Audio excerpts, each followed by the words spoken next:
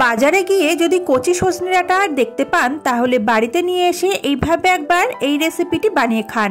এখন কচি সজনে ডাঁটা শরীরের জন্য ভালো, আর গরম গরম ভাতে তো এই রেসিপিটি খেতে দুর্দান্ত লাগে। চলুন তাহলে রেসিপিটি দেখে নেওয়া যাক। আমি এখানে প্রথমেই কচি সজনে ডাঁটা নিয়ে নিয়েছি। এটা আপনারা আপনাদের প্রয়োজন মতো নিতে পারেন। নিয়ে এক মাপ করে কেটে নিয়েছি, মানে লম্বা লম্বা করে, সবকটা যাতে এক মাপের হয় সেরকম করে কেটে নিতে হবে। এরপর আলু নিয়েছি এরকম লম্বা একটু মোটা করে, আপনারা প্রয়োজন মতো নিতে পারেন। এরপর একটা মশলা তৈরি করব। একটা বাটিতে 2 টিস্পুন কালো সর্ষে নিয়ে নিলাম, আর তার সাথে 2 টিস্পুন পোস্ত নিয়ে নিলাম। সাথে স্বাদ অনুযায়ী কাঁচা লঙ্কা দিয়ে এটাকে জল দিয়ে 5 মিনিট মতো ভিজিয়ে রাখবো। তারপর আমি শিলপাটাতে এটা বেটে নেব। আপনারা যদি মিক্সিতে বাটেন তাহলে এই মশলার সাথে একটু লবণ দিয়ে বাটবেন, তাহলে সর্ষে বাটার পর আর তেতো লাগবে না।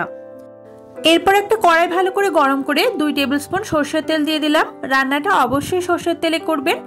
তেলটা ভালো করে গরম হয়ে গেলে এর মধ্যে দিয়ে দিচ্ছি আমি কয়েকটা বড়ি। এখানে আমি 10 থেকে 12টা আমার ঘরের তৈরি বিউলির ডালের বড়ি ব্যবহার করেছি। আপনারা চাইলে কেনা বড়ি ব্যবহার করতে পারেন। বড়িটাকে একটু লালচে করে ভেজে নিতে হবে। ভাজার সময় গ্যাসের ফ্লেমটা মিডিয়ামে রেখেছি। বড়ি লালচে করে ভাজা হয়ে গেলে এগুলোকে ভালো করে তেল ঝরিয়ে আমি একটা পাত্রে উঠিয়ে নিচ্ছি। বড়িগুলো তুলে নেওয়ার পর যেটুকু কড়াইতে তেল রয়েছে তার মধ্যে 1/2 টিস্পুন পাঁচফোড়ন ফোড়নে দিলাম। পাঁচফোড়ন থেকে মিষ্টি গন্ধ ছাড়তে শুরু করবে, আর এই ফোড়নের গন্ধটা আমার ভীষণ ভালো লাগে। এবার আমি দিয়ে দেবো টুকরো করে কেটে রাখা আলু। আলুটা একটু মোটা মোটা করেই রেখেছি। আলুটা দেওয়ার পর সামান্য একটু লবণ আমি এই সময় দিয়ে দিলাম, তবে হলুদের ব্যবহারটা করছি না। এবার আলুটাকে একটু লালচে করে ভেজে নিতে হবে। খুব বেশি লাল করার দরকার নেই।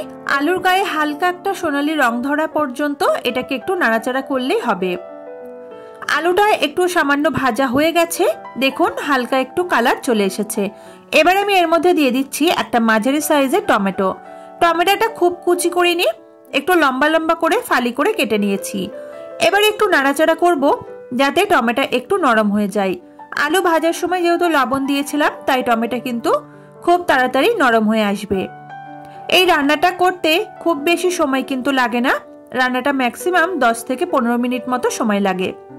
টমেটো দেখুন একটু নরম হয়ে গেছে। এবার আমি এর মধ্যে দিয়ে দিচ্ছি আগে থেকে বেটে রাখা মশলাটা। মশলাটা দেওয়ার পর বাটিটা ধুয়ে সামান্য একটু জল দিয়ে দিলাম। এরপর এই মশলার সাথে আমি 1/4 টিস্পুন মতো হলুদ দিয়ে দিচ্ছি। হলুদ গুঁড়ো দেওয়ার পর দিলাম স্বাদ মতো লবণ।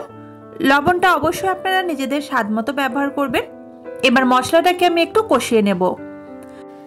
এখানে আপনারা কালো সরষের পরিবর্তে কিন্তু সাদা সরষেও ব্যবহার করতে পারেন, তবে আমি যেহেতু পোস্ত ব্যবহার করেছি তাই কালো সরষে দিলেই আমার স্বাদটা বেশি ভালো মনে হয়। মশলাটা অল্প একটু নাড়াচাড়া করে নেওয়ার পর এবার আমি কেটে রাখা ডাঁটাগুলোকে দিয়ে দিলাম। আর সজনে ডাঁটা দেওয়ার পর এটাকে খুব বেশি রান্না করার দরকার নেই, একটু নাড়াচাড়া করব। খুব বেশি ভেজে ফেললে কিন্তু ডাঁটা শক্ত হয়ে যাওয়ার সম্ভাবনা থাকে। মশলাটা ভালো মতো কষানো হয়ে গেছে। প্রায় ডাঁটা দেওয়ার পর আমি 1 থেকে 2 মিনিট মতো কষিয়েছি। এবার মশলাটা শুকনো শুকনো হয়ে গেছে, দিয়ে দেবো পরিমাণ মতো জল। জলটা এখানে পরিমাণ মতো দিতে হবে, কারণ ডাঁটা আলু দুটোই এখানে সিদ্ধ হবে। সাথে আমি ঘরের বড়ি ব্যবহার করেছি, মানে ঘরে দেওয়া, তো বড়িটাও কিন্তু বেশ খানিকটা জল অ্যাবজর্ব করে নেয়। এবার যে ভেজে রাখা বড়িগুলো ছিল সেটাকে আমি একটু ভেঙে নিয়েছি, মানে একটু আধ ভাঙা করে নিলে এই রান্নাটা কিন্তু বেশি ভালো লাগে। এবার বড়িটা দেওয়ার পর সমস্ত কিছু ভালো করে একবার নাড়াচাড়া করে মিশিয়ে দিলাম। এবার গ্যাসের ফ্লেমটা মিডিয়ামে রেখে আমি 3 থেকে 4 মিনিট মতো এটাকে রান্না করে নেব। আলুটা ভাজার সময় কিছুটা সিদ্ধ হয়ে যায়, আর এই কচি সজনে ডাঁটা সিদ্ধ হতে কিন্তু খুব একটা সময় লাগে না, তাই মিনিট 4 মতো রান্না করলেই কিন্তু দেখবেন সবজিগুলো ভালো মতো সিদ্ধ হয়ে যায়। এরপর আমি 4 মিনিট মতো রান্না করে নেওয়ার পর দিয়ে দিচ্ছি এর উপর থেকে 2টো চেরা কাঁচা লঙ্কা। এবার ভালো করে নাড়াচাড়া করে মিশিয়ে দিচ্ছি। গ্রেভিটা কিন্তু অনেকটাই শুকনো হয়ে এসেছে, আর এই সময় একবার চেক করে নেব যাতে আলুটা ভালো মতো সিদ্ধ হয়েছে কিনা। যদি সিদ্ধ না হয় এই সময় অল্প একটু গরম জল অ্যাড করে দিতে পারেন। আলুটা খুব ভালো মতো সিদ্ধ হয়ে গেছে, আমার রান্নাটাও কিন্তু অলমোস্ট রেডি। তবে সব শেষে নামানোর আগে ওপর থেকে 1 টিস্পুন মতো কাঁচা সর্ষের তেল দিয়ে দিলাম। কাঁচা সর্ষের তেল দিলে রান্নার স্বাদটাই কিন্তু বদলে যায়। তো সর্ষের তেল দেওয়ার পর খুব বেশি আর রান্না করব না, জাস্ট এটাকে একবার নাড়াচাড়া করে মিশিয়ে দেব। এর থেকে বেশি আর আমি শুকনো করছি না, তো এইভাবে এটাকে আমি নামিয়ে নিচ্ছি। আর এই রান্নাটা আপনারা গরম গরম ভাতের সঙ্গে খেয়ে দেখুন। রেসিপিটি আপনাদের কেমন লাগলো অবশ্যই কিন্তু কমেন্ট করে জানাবেন। রেসিপিটি ভালো লাগলে প্লিজ একটা লাইক করে চ্যানেলটা সাবস্ক্রাইব করে নেওয়ার অনুরোধ রইল। দেখা হবে আপনাদের সঙ্গে পরের দিন নতুন কোনো রেসিপি নিয়ে। সবাই খুব ভালো থাকবেন, সুস্থ থাকবেন এবং সাবধানে থাকবেন। আজকের মতো টাটা।